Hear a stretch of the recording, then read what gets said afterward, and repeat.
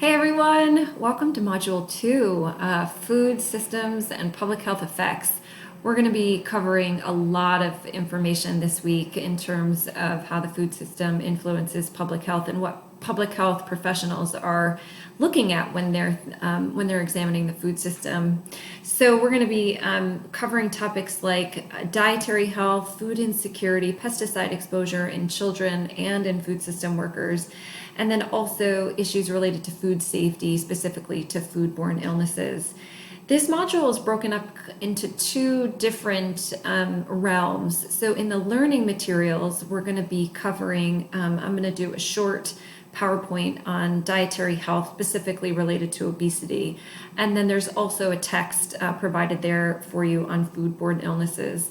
And then for the assignment this week, you're actually going to be doing some independent work on conducting an abbreviated community food assessment, where you're going to select a county that either you are familiar with or that you're interested in, and gather data to do an assessment of the food security and what things could be done to increase the food security for that area. So you will be doing some research and imagining yourself as a public health professional and looking at a community's food security. So good luck and have fun.